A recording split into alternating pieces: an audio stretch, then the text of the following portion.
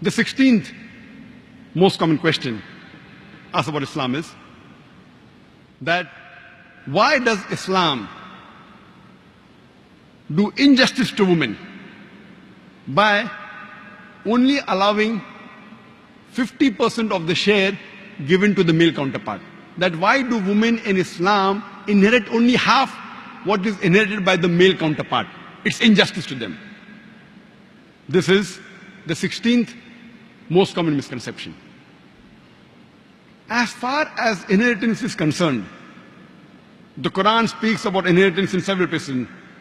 In Surah Baqarah chapter number 2 verse number 180, Surah Baqarah chapter number 2 verse number 240, Surah Nisa chapter number 4 verse number 7 to 9, Surah Nisa chapter number 4 verse number 19, Surah Nisa chapter number 4 verse number 33, Surah Ma'idah chapter number 5 verse number 106 to 108. Several places it speaks about inheritance, but the exact share is mentioned in Surah Nisa chapter 4 verse number 11 and 12 and Surah Nisa chapter number 4 verse number 176. Allah says in the Quran in Surah Nisa chapter number 4 verse number 11 that as for the inheritance of your children, the male will get double the share of the female. If only daughters, 2 or more, they share in a 2/3. If only one daughter, she gets half. In what you leave for your parents. If there are children, the parents each get 1/6 share. If no children, the mother gets 1/3. If there are brothers and sisters, the mother gets 1/6. Verse number 12 says, in what your wives leave for you after death. The husbands, they get half if there are no children. They get 1/4 if there are children. In what you leave for your wives, the wives get 1/4 if there are no children, 1/8 if there are children. Don't get confused, difficult to remember. Go home, open the Quran, don't know Arabic, read the translation, Surah Nisa, chapter number 4, verse number 11 and 12. Generally agree, in majority of the cases, the female inherits half of that of the male counterpart. But there are cases in which female and male inherit exactly the same.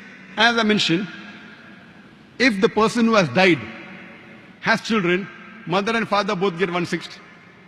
Or if the person who has died has got no children but leaves a brother and sister, both get 1/6. There are cases in which sometimes the female inherits double. If a female dies and leaves behind no children but has a husband and mother and father, the husband gets half, mother gets 1/3, the father gets 1/6. So mother gets double than the father, but there are rare cases. I do agree as a normal general policy, the female inherits half of that of the male counterpart. If it's daughter and son, son inherits double than that of the daughter. Husband and wife, husband inherits double than that of the wife. I agree with it.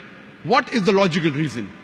The reason, as I mentioned earlier, the financial burden in Islam is put on the shoulders of the men. As far as the women are concerned, before she's married, it's the duty of the father and the brother, and after she's married, it's the duty of the husband and the son to look after lodging, boarding, clothing, and all financial aspects. She need not work for a living. She's financially secured. Based on this, Allah subhanahu wa ta'ala has put the shares. And let me give you an example. Suppose there's a person who dies and leaves behind 150,000 dirhams. And he has one son and one daughter.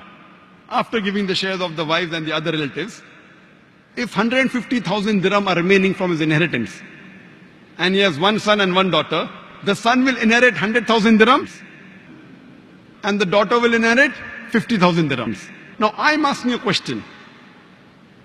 Would you prefer being a son who inherits 100,000 dirhams, and maybe 80 to 90% of that wealth you may have to spend on your family because you are the bread earner?